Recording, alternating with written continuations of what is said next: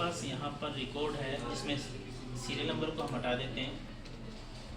Record मेरे पास employ ID से स्टार्ट है। एम्प्लॉय आईडी, नाम, फादर नेम, ठीक है, company, product, branch, date of joining, mobile number, salary और सेल।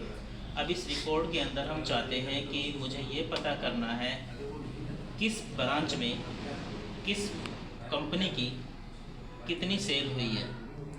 मुझे नॉर्मली इस डाटा के अंदर टोटल ऑफ पता करना है किस ब्रांच में किस प्रोडक्ट की किस कंपनी की कितनी सेल हुई है, कौन सी ब्रांच में हुई है। तो उस चीज़ को निकालने के लिए हमारे पास ऑप्शन आता है इंसर्ट मेन्यू में पाइवेट टेबल। यहाँ पर पाइवेट टेबल पे जाएंगे। हमारे पास रेंज मांग रहा है कि वो पाइवेट टेबल कहाँ पे आप ये बनाना चाहते हो डाटा। तो हमने कहा नई वर्कशीट पे हमें बनाना है। नई वर्कशीट हमने यहाँ पे ले रखी है। लेने के बाद आपको कुछ नहीं करना, सिंपल सा ओके प्रेस करना है। ओके करते के साथ ही आपके पास एक पाइवेट टेबल का यहाँ पर डाटा बनकर आ जाएगा। अब यहाँ पर हमारे पास फील्ड्स आ गई है, पाइवेट टेबल फील्ड्स बोलते हैं इसको। पाइवेट टेबल फील्ड्स लिस्ट आ गई है मेरे पास। यहाँ पे हमें निकालना है किस ब्रांच में किस प्रोडक्ट की कितनी सेल हुई है, किस कंपनी के द्वारा। तो हमने ब्रांच लिया, सबसे मैंने ब्रांच, तो ब्रांच हमने लिया। और हम ब्रांच को अगर देखिए, मैं इस ब्रांच को अगर रो में रखता हूँ तो मेरे पास ब्रांच की लिस्ट आ गई है। टोटल ऑफ ब्रांच ये है मेरे पास, ठीक है। अगर मैं इस ब्रांच को उठाकर कॉलम में रखता हूँ तो मेरे पास ब्रांच इस तरीके से लिस्ट आएगी। एक एक चीज़ ध्यान से समझ रहे हो ना। अगर मैं इस ब्रांच को उठाकर फिल्टर में रखता हूँ तो मेरे पास इस तरीके से रिपोर्ट आएगी।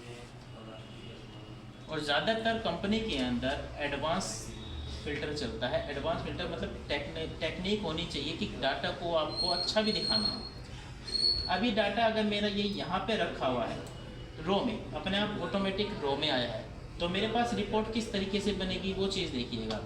अब मैं प्रोडक्ट ले रहा हूँ, किस ब्रांच में किस कंपनी की, कंपनी ले ली मैंने, ये मेरे पास कंपनी आ गई है, ठीक है। यहाँ पर मेरे पास कंपनी की लिस्ट आ गई है और ब्रांच की लिस्ट आ गई है। क्लियर है। अब किसकी कितनी सेल हुई है, सेल के लिए मैंने सेल पे लिया और सेल की लिस्ट आ गई। लेकिन क्या ये लिस्ट दिखने में अच्छी लग रही है? अगर मैं इसी ब्रांच को फिल्टर करके यहाँ पर एडजस्ट कर दूँ तो, और मुझे यहाँ पर देखना है कि मुझे सोनीपत ब्रांच की लिस्ट देखनी है, सोनीपत ब्रांच की कितनी सेल है। मैं यहाँ पे क्लिक करूँगा, यहाँ पर मैं सिर्फ क्या कर दूँगा, सोनीपत,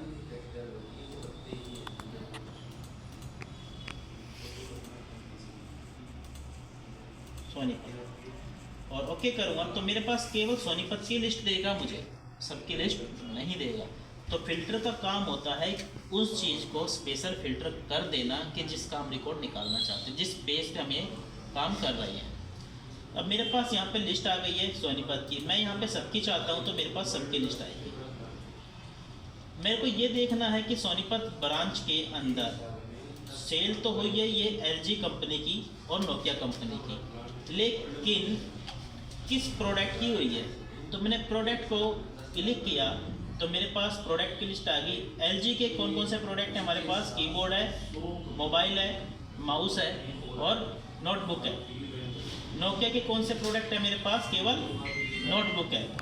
किस प्रोडक्ट की कितनी सेल हुई है मेरे पास ये रिपोर्ट यहाँ पर आ गई है। LG की टोटल सेल हुई है 9600 एक की, नोकिया की टोटल ऑफ सेल हुई है 712 की, ठीक है। अब इस सेल को यहाँ पर मेरे पास अगर मैं यहाँ पे डाल के देखना चाहूँ कि भाई इनकी जो हो गया नाम वगैरह, तो नाम के लिए मैं यहाँ पे नाम पे क्लिक करूँगा तो नाम की रिपोर्ट आ जाएगी साथ के साथ। LG की कंपनी है, LG के क्या है, कीबोर्ड। कीबोर्ड में किसने सेल करी है, आर्यन ने, चंचल ने, कार्तिक ने, लक्की ने, पूजा रानी ने, शकुंतला ने। कितनी सेल करी है, आर्यन ने 823 पीस, चंचल ने 668 पीस, लक्की ने 229 पीस, पूजा रानी ने 676 पीस, शकुंतला ने 595 पीस। इस तरीके से आपकी, और टोटल ऑफ सेल्स कितनी हुई है, ग्रांड टोटल हमारे पास आ गया 10,333, 10,333, ठीक है। इतनी हमारी टोटल ऑफ सेल्स हुई है।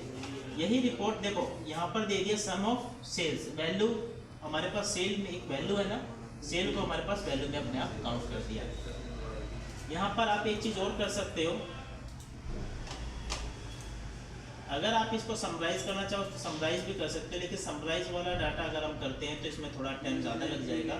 समराइज में काउंट भी कर सकते हो, एवरेज भी निकाल सकते हो, मैक्सिमम कितना है, मिनिमम कितना है, वो सब डिटेल्स यहाँ पे देख सकते हो। लेकिन समराइज में अभी हम करेंगे तो ज़्यादा डीपली चले जाएंगे, तो अभी मैं ऊपर का हिस्सा आपको समझा रहा हूँ सारा। अब यहाँ पर ये लिस्ट मेरे पास बनने के बाद मैं इस डाटा को मैं सेलेक्ट करता हूँ। सेलेक्ट करने के बाद यहाँ पे आपके पास ऑप्शन और यहाँ पर आपके पास एक डिज़ाइन मेन्यू ओपन हो जाता है। यहाँ पे आपके पास सब टोटल का ऑप्शन शो होता है। सब टोटल आप कराना देखना चाहते हो, नहीं चाहते, किस तरीके से आप देखना चाहते हो वो आप यहाँ पे देख सकते हो, और नहीं चाहते तो हटा दो, सब टोटल का हट जाएगा। यहाँ पे आपके पास ग्रांड टोटल शो कराना है या नहीं कराना, ये चीज़ें शो होती हैं। ग्रांड टोटल आ रहा है ना मेरे पास, अगर मैं ग्रांड टोटल वाले ऑप्शन पे जाऊँगा तो ऑफ करना है, ऑन करना है, रो वाइज करना है, कॉलम वाइज करना है, किस तरीके से आपको ग्रांड टोटल शो कराना है वो आप शो करा सकते हो। यहाँ पर रिपोर्ट लेआउट पे जाकर रिपोर्ट लेआउट किस तरीके से शो करानी है, रिपोर्ट लेआउट शो करा सकते हो, डिज़ाइन चेंज कर सकते हो रिपोर्ट लेआउट के, ये देखिए, ठीक है। जो भी आप रिपोर्ट चाहते हो उस तरीके से रिपोर्ट को लेआउट को शो करा सकते हो। आप चाहते हो इनके बीच में थोड़ी थोड़ी डिस्टेंस आ जाए तो आप इनके बीच में डिस्टेंस दिखा सकते हो, इन सब के बीच में डिस्टेंस आ जाएगा। लेकिन ये क्या हुआ, यहाँ पर मेरे पास जो फील्ड आ रही थी वो चली गई है। यहाँ पर क्लिक करा, फील्ड आ गई, बाहर क्लिक करा तो फील्ड चली गई। इन केस आपने इस पर क्लिक किया और ये फील्ड आपकी चली जाती है, क्लोज हो जाती है, बाय डिफॉल्ट क्लोज हो गई, तो आप देखोगे यहाँ पर आने के बाद भी, क्लिक करने के बाद भी मेरे पास वो फील्ड नहीं आ रही है।